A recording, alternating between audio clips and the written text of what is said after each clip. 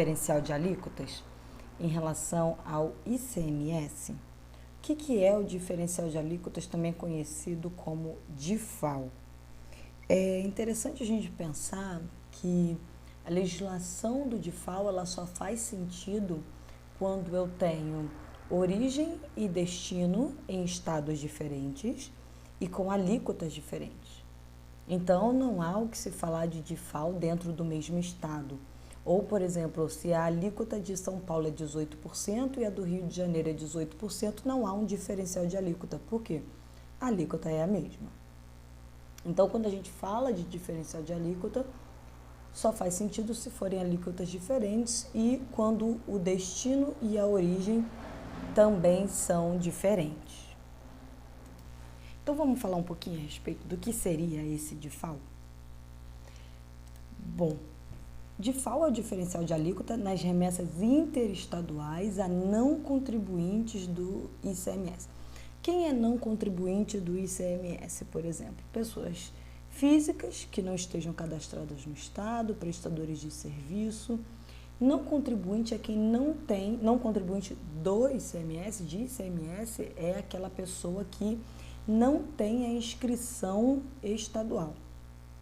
Ou seja, ela não é contribuinte do tributo, ela não tem o fato gerador, ela não é o sujeito passivo. Bom, e aí o DIFAL, ele era na origem, devido 60% na origem, em 2016, 40% em 2017, 20% em 2018. A partir de 2019, o DIFAL é devido integralmente ao estado de destino. Então, para o pagamento do ICMS, falando especificamente do Rio de Janeiro, tem que ser recolhido numa guia própria. Inclusive, tem que ser recolhido com código de receita específico, tá? No Rio de Janeiro, o pagamento do DIFAL ele acontece na mesma data, não junto, né? Mas na mesma data do ICMS normal. Em geral, no dia 10 do mês subsequente à saída.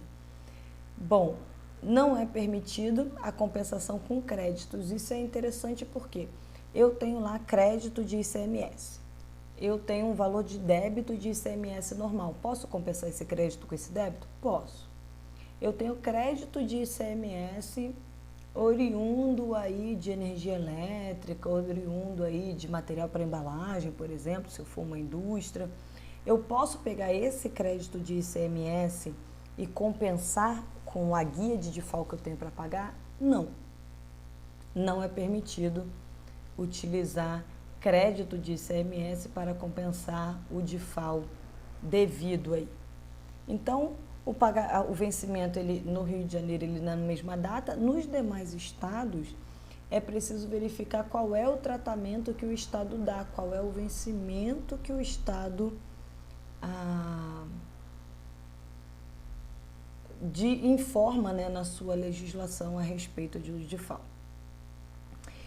Continuando aí, falando do Simples Nacional, há muita dúvida em relação ao Simples Nacional, dizendo que deveria sim, as empresas optantes pelo Simples Nacional, elas devem fazer o recolhimento do DIFAL. No entanto, existe essa cláusula, ela está suspensa desde fevereiro de 2016 por medida cautelar. Então, o que isso quer dizer? Que eu tenho uma legislação dizendo que as empresas optantes pelo Simples Nacional devem recolher o DIFAL. Ao mesmo tempo, os contribuintes entraram na justiça questionando isso. Por quê? Porque o Simples Nacional é um regime simplificado.